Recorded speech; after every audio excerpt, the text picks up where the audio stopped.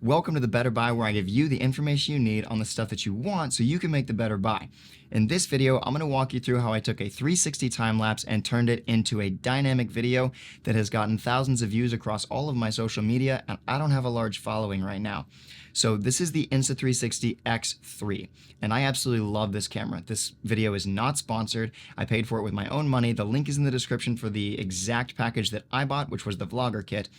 And the thing about this camera is what it lacks in quality, it makes up for in creative expression.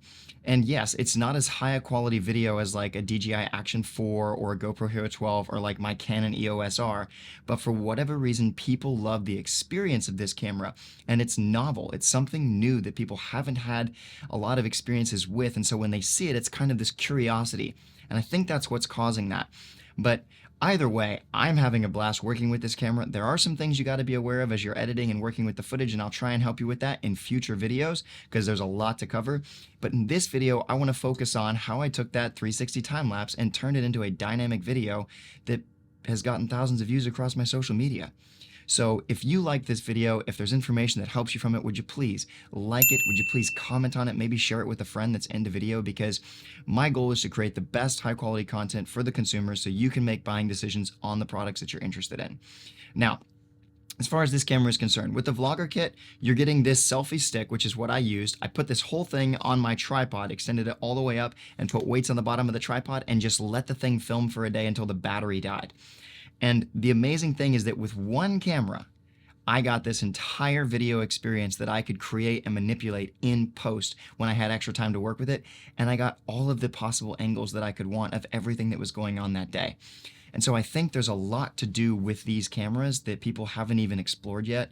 And that's what I'm most excited about. So I'm going to go ahead and play the video that I made, and then I'm going to walk you through the process of making it. So all of this was done on the phone. Let's go ahead and jump into it. The video opens up with me digging the hole, as you can see, nice little zoom in, and then we're going to pan across to the sky as we turn into like a 360 time lapse of the sky.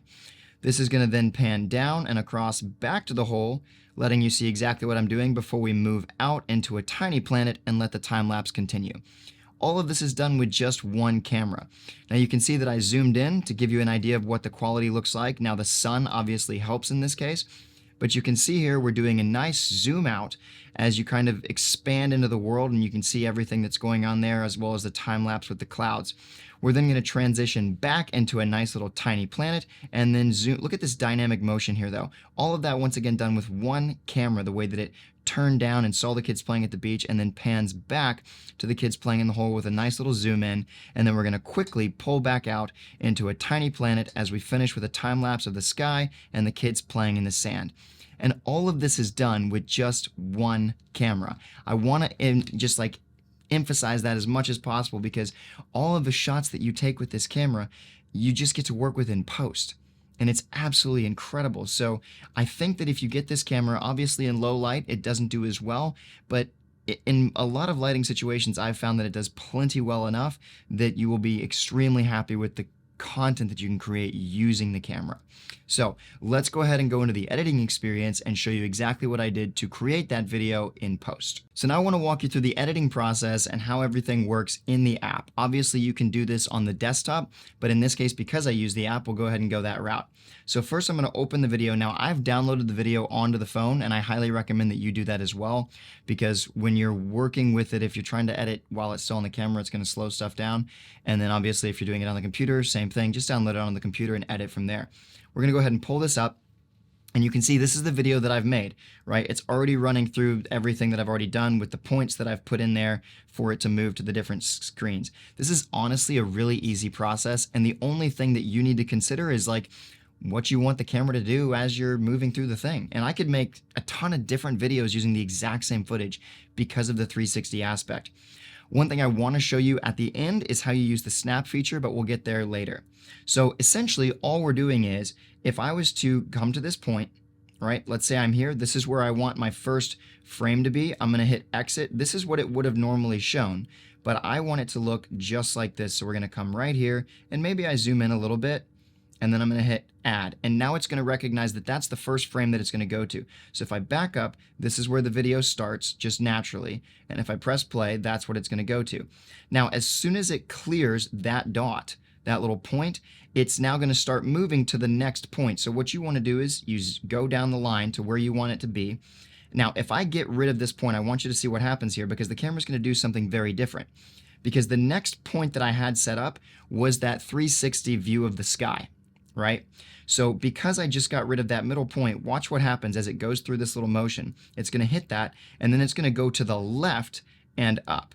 Now, I didn't want it to go to the left and up because I'm going to continue the pan later on the other side. So what I needed to do is come to this middle section, and then I just drag this over so that it's going to end up somewhere around this area, and I add my little point. So now what happens is, instead of going left, the video is actually going to turn to the right as it moves up into the sky to that 360 shot, which I really like. And then from here, it does the zoom in and then continues to pan down to the right and back to the hole. All right. Now, all of this is happening because of the points that I've added. So for instance, right here, I've got this little point that it's coming into. And then my next point that I've added is this zoom out. And that's basically the entire process of editing the video. It's extremely simple. As this goes to here, now one thing that you need to note is that if you want the shot to stay like frozen for a little bit or pretty close to the same, you have to add another point later on at the exact same range, right? So for instance, I'll show you with this one. If this is panning down to there, right? Let's say I wanted to wait to do that pan later and faster. I would need to add another point right here that's still roughly the same view as this previous one way back here. And if I add that, now you're going to see that it doesn't start the zoom in until the very last second here, and then it's going to go boom. All right? And so you can see how just simply adding one extra point changes the entire video experience. Like for instance, this nice little zoom out that I've got going on that's slowly pulling everything. If I wanted to do some crazy stuff in the middle here, watch this. We're going to go ahead and add a point here so that this stays the same up until that point. But then right here, I'm going to go ahead and do like a crazy, I don't know, let's just do something fun. So we're just going to zoom out to like right there for a second. And then if I add another one down this way, we'll do something really, really crazy, kind of trip out here. All right, we'll add another one there. Now watch what happens as it plays through this little section. It's going to do some really fast movements, up, down, over, and back as the camera continues to spin to get back to the next frame that I have set up, which is this one right here. And then we're going to zoom out to the tiny planet, just like that. And then that is this nice little dynamic. I actually really love, I'm going to go ahead and back it up here because I really love this shot where from this angle of the 360 planet, it comes down. And the way that it does it, it almost looks like you've got a camera moving as you do it, which I really think is just amazing that you can do all this with one camera frame. And you end up in that shot right there. So personally, I think that because this camera allows for such dynamic motion, it just makes it worth using more than you would think because the quality isn't good enough, as some people say. I mean, to me right here, the quality is just perfectly wonderful.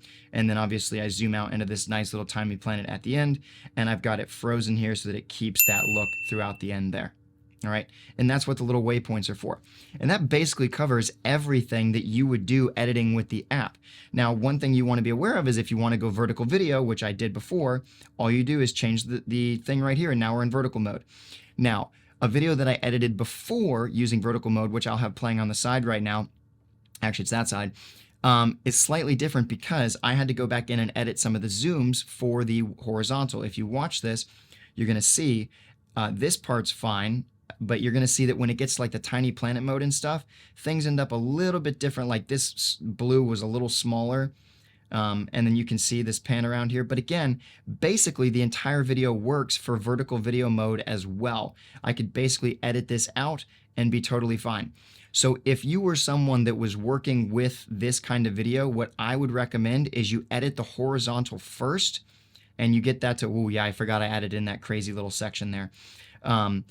And then once you've got the horizontal figured out, you can come back in and just switch it over to the 9:16 and let this video, this is so crazy, play out just like that. And you can see I've got the tripod in there. So I would want to make sure that I edited out the tripod if I didn't want the tripod in the shot.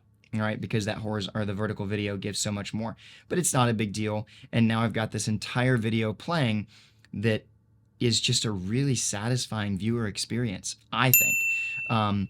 Obviously, you've got that dynamic expression. There's a whole lot more you can do with that. So that is how you use the edit mode to do that. But now what I want to do is just really quickly give you a taste of the snap mode. So the snap mode lets you see the camera just like this. Like I can literally pan around viewing the camera. So if I'm here, I want you to see what this does if I can. I guess you can't really see it. Well, yeah, you can if I just tilt this way. So that kind of lets you see what's going on there. Is the camera just moves, and then all you do is add little points. So let's say, well, actually, the way that they did this is even more incredible because you literally just press record, and it's going to start recording. And as you turn the camera, it's making the video for you exactly whatever you're doing. So if you zoom out, it's going to do it. If you pan over like this, it's going to do it. You're literally creating the video in this very dynamic editing way. And if I stop right here, I've now got an 18-second clip that's going to look exactly like what I just did. All right. And that's essentially the editing process. It's pretty straightforward. It's got a lot of, a whole lot of options that you can work with. And overall, I've been extremely satisfied with it. The only thing that I've had major issues with is when I'm working with the footage on the desktop and the stuff that I have going on there. Exporting has some issues, which I'll talk about in some of the other videos later on, but I hope that this video helps you see the kind of stuff that you can do with this camera and with the editing experience. And I think that this little video itself is going to give you some information that you needed maybe to make a buying decision on this camera itself. Because now you've seen exactly how the editing works, how the filming, the filming, you just set it and press record. So that's pretty straightforward. Now, as far as like the film settings go, I do want to show you when I'm doing the filming with this, it's literally just the most basic time-lapse mode. And you can set yours for whatever you want, but we'll go ahead and turn this guy on and I'll show you exactly what's going on here. So if I press in here, I'm going into time-lapse. I've got the 360 lens set up. I did 5.7K at 4 seconds. And it's calculating how much footage of time you've gotten. So yes, it's been recording for 10 seconds, but once it clears 1 second of footage, it'll show you that over there, which I really like. If I pull up here, you can see. All right. So it's counting the amount of time that it's been recording, but it's also going to show me here that I've got 10 seconds of a time lapse or 20 seconds of a time lapse. And I love that because you can quickly look and be like, you know what? I only need about a 20-second time lapse. I've got 15, got to let it go for another 5 seconds and I'll be good to go. That's just a nice additional feature. And obviously you could go for 33 hours as long as your power is there. All right.